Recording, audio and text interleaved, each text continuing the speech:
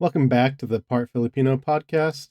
My name's Leland Fox. I'm coming at you from my bedroom closet to discuss in this episode of the podcast my Part Filipino glossary. I'll discuss what it means to be part Filipino and how I think that fits into the definition of Filipino overall. This is just according to my book. And then I'm going to share with you how many part Filipinos I actually think there are out there in the world using math and statistics and census information. So with that, let's get into it. Welcome to the Part Filipino Podcast, the podcast for people who aren't quite sure if they actually count as Filipino. My name is Leland Fox, and I'm half Filipino. I hope you'll join me as I explore what it means to be part Filipino.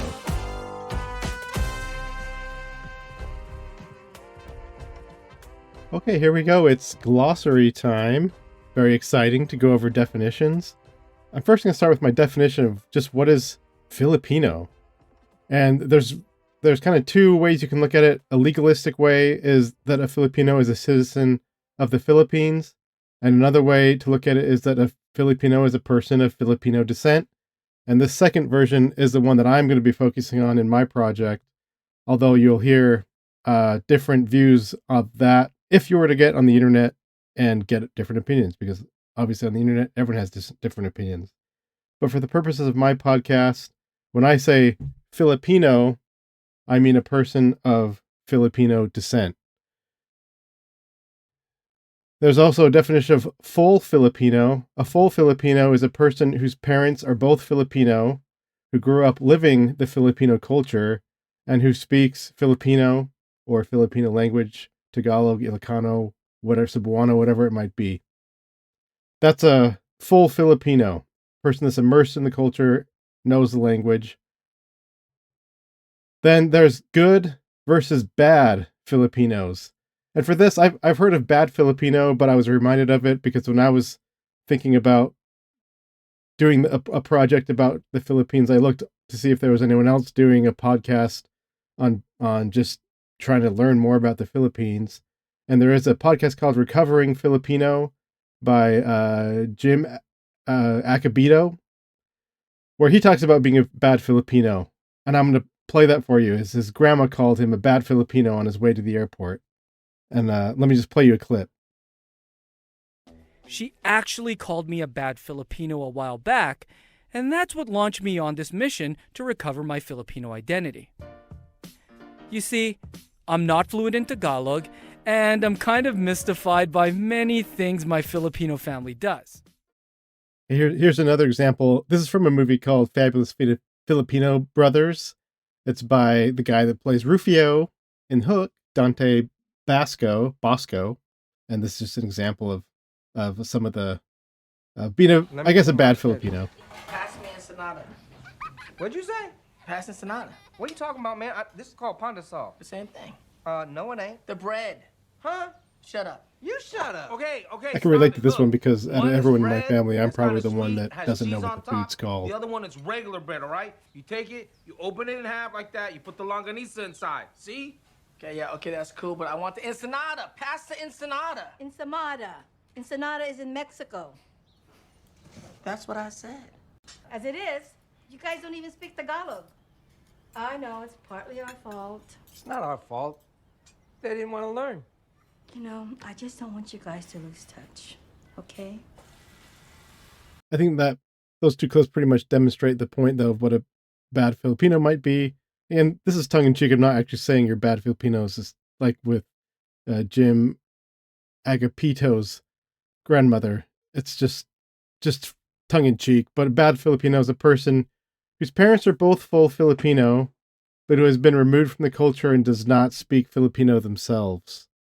And I'm going to distinguish that from part Filipino in a second, but the converse side of this is that a good Filipino is someone that's of Filipino descent who has a solid understanding and appreciation of the Filipino culture and people.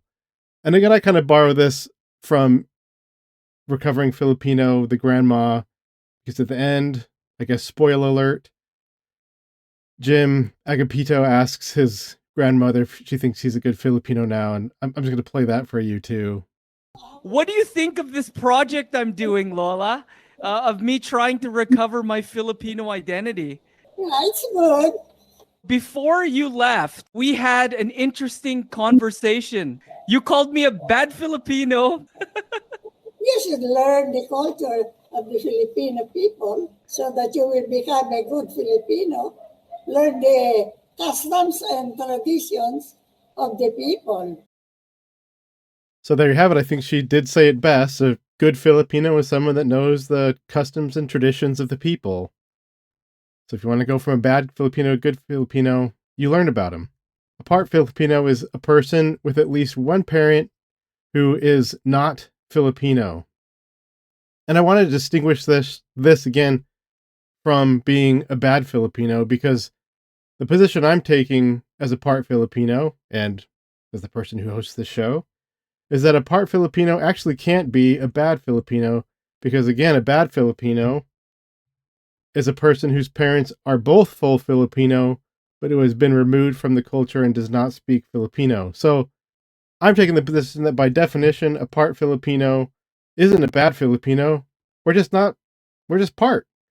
By definition, we're not full Filipino. We're part Filipino and part something else. And so we live in two different worlds. And I don't think that we should have an expectation that we're going to be full Filipino or full good Filipino when we have literally two worlds that have come together that we're trying to navigate. And to me, that's the part Filipino problem, the part Filipino dilemma, or I guess being more optimistic, the part Filipino opportunity is to seize those parts of the culture that will benefit your life. And then the last definition that I'll have as part of this program is Filipino adjacent. And again, if I go back to the definition of part Filipino, you've got one Filipino and one person who's not Filipino. In my family's case, my mom's Filipino and my dad's American. And so my father would be a Filipino adjacent person. He himself is not of Filipino descent, but has some connection to the Filipino people or the culture. And so this would be someone who's married to a Filipino. It would be like, for example, LDS missionaries go to the Philippines and spend 2 years there or a year and a half and learn the language, learn the culture, immerse themselves with the people. So they would be Filipino adjacent. Or there are a lot of expats that go to the Philippines, and you can find them on YouTube a lot. Those are all people that would be Filipino adjacent. They're not of Filipino heritage, but they know the culture, they know the people, they know the traditions, and so they're Filipino adjacent people. And so with that, those are really the definitions that I'm following as part of my program. And a full Filipino, bad Filipino, part Filipino, or good Filipino, those all fit within my definition of a Filipino. Again, that's just a person of Filipino descent. And so if you're asking yourself, do I count as Filipino because I'm only part? Or do I count as Filipino because I'm a bad Filipino, say I'm Filipino American and I don't know much about it? Well, my answer is, for the purposes of my program, absolutely. You are Filipino. You're of Filipino descent, and there's a lot you can pull from it. And really, that's what I'm trying to learn right now. I'm part Filipino. I'm Filipino, and there's parts of the Filipino culture, tradition, and heritage that I'm hoping to pull and be a part of my life, a part of my children's lives, and pass along and adopt. And so the purpose of this program is to find those things and to bring them into our own lives and to connect using our Filipino heritage as a linchpin. And even though Filipino adjacent people aren't technically Filipino, for the purposes of my program, I am willing to count them. I'm willing to count them within the definition of Filipino with an asterisk as honorary Filipinos. So I think there's room for everyone underneath the Filipino umbrella. I think the Filipino people, in my experience, are all about that. So if you're interested in the Philippines, whether you have Filipino heritage or Filipino descent, or if you're just a Filipino fan, there's no reason you can't celebrate the Filipino culture along with everyone else. So I've gone over my definitions, but I'd be curious to know, what do you think? Do you think these definitions are right? Or are you hearing things that you just don't agree with? Best place to get in contact with me to let me know your thoughts is partfilipino.com. You can click on the episodes, find episode 2 and leave a comment, or you can find me on YouTube, where I also started a Facebook page. But I'd be very curious to know what your experience is and what your thoughts are in hearing these definitions, and if you think I'm off base, or if I'm right. I especially want to know if you think I'm right, because that will make me feel better. Okay, now that we've discussed the definition of part Filipino, let's look at how many part Filipinos are there out in the world today. So part Filipinos in the US is the first thing I looked for, and frankly, it was the easier one to find because the United States Census Bureau in 2022 put out a data set that showed that this looks at whether people are Filipino alone or in any combination, and it had 4,466,918 of people that fit that category, and 70.1% of those people identified as one race, which means, using my math, 29.9% said that they were multiracial, not just Filipino alone. So if I do that math, it's 4,466,918 times 29.9%, which gets you 1,335,906 part Filipinos in the United States today. So a little over 1.3 million people of part Filipino heritage. I'm one of those, as a half Filipino. Then next I wanted to look at how many part Filipinos total are there in the world outside of the Philippines. And I hadn't heard this word, but I learned a new word doing this project called diaspora, which is the people settled far from their ancestral homelands. So this is people outside of the Philippines, is the Filipino diaspora. And in the Philippines, there was a commission on Filipinos overseas that would prepare a report on how many Filipinos there were overseas. And the last report was in 2013, and there were 10.2 million Filipinos overseas. And for whatever reason, I tried to figure out, I couldn't find. This commission stopped reporting that in 2013.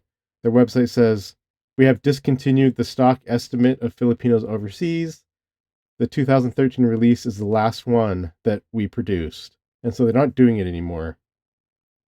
And if you go online, if you listen to people on YouTube or even podcasts, they'll mention that 10.2, that the Filipino diaspora is 10.2 million. But that was 2013. I think there's got to be more than that. So I'm just going to briefly go over how I came up with my revised number to adjust for growth from this 2013 number from the Commission on Filipinos Overseas. And I will tell you, I've tried to record this in a lot of interesting ways, or a number of times, and it's just not very easy to make math interesting. But I will go over it briefly. And the way I did this was, first I found a comparable growth rate, both a low and a high. And I applied that growth rate to the 10.2 million of the Filipino diaspora. And then I found a low and high growth rate for the rate of part Filipinos within that diaspora, and took an average of both those things. And that's how I come up with the average, more current, I guess this would be 2022, total number of Filipinos outside of the Philippines worldwide, and then the total number of part Filipinos within that group. And so if I do that, I do the 10 point, I came up with the low percentage of 14.2 for the growth rate between 2010 and 2022. And what that is, that's the worldwide growth rate of the worldwide population. And that's the low number. The high I came up with was the 32.9. And the 32.9 is the actual U.S. Filipino American or Filipino population within the U.S. That's how much it grew from 2010 to 2022. And so my assumption here is that At worst, the Filipino population grew as fast as the overall world population, and at best, it grew as fast as the US population. And then when I do that and apply it to the 10.2 million, the low number adds 1.4 million Filipinos, and the high number adds 3.3 million. So the average worldwide population of the diaspora would be 12.6 million. Okay, and then if I take the rate of part Filipinos within that diaspora, the low rate is 22.6, and that was the US rate in 2010, and the high rate is 29.9, which was the rate of the 2022 numbers that we looked at previously. And when I apply those numbers, it adds at the low rate end 2.8 million, at the high end 3.7. So the part Filipino worldwide in 2022, my estimate is that there were 3.3 million part Filipinos worldwide, and of that, 1.3 million were in the United States. So why does that even matter? What's the point of figuring out how many part Filipinos there are worldwide today? Well, let me cue some mood piano music here so I can answer that question. There we go. My answer to that is sometimes being a part Filipino can feel somewhat awkward because you don't quite know where you fit in. You don't quite fit into the Filipino side of things, and you're also not fully, in my case, white. I'm pretty white. I pass for white most of the time, but every once in a while someone will be like, "Hey, what are you? Like, what are you exactly?" It's like, "I know you're something." I'm like, "Oh, I'm half Filipino." I'm like, "Oh, okay, yeah, I knew there's something." Or I'll tell someone I'm part Filipino, and they're like, "Oh, I just thought you were white, but now that you say that, yeah, I can see it." Or I'm LDS, and I served an LDS mission in Seattle, and I'd actually have to show a picture of my family so people could see in context, and in context with the rest of my family, they'd say, "Oh, okay, yeah, I guess you could be Filipino." But my point is, sometimes you can feel isolated, or that like you're the only one experiencing what it's like to not quite fit in both worlds. But the reason I think these numbers are important is because it shows that you're not alone. That there's a lot of us. There's a lot of us that are experiencing what it's like to be part Filipino, and there's a lot of us that are wanting to know what exactly does that mean for us. And so I'm hoping that you'll continue on this journey with me. You'll subscribe, you'll like, and follow along this podcast as we go. The next episode, I'll be looking at specific comments, questions, and thoughts that part Filipinos are sharing online, and I'll apply those to those definitions that I've shared today. So I hope you'll join me on the next episode of the Part Filipino Podcast. Thanks.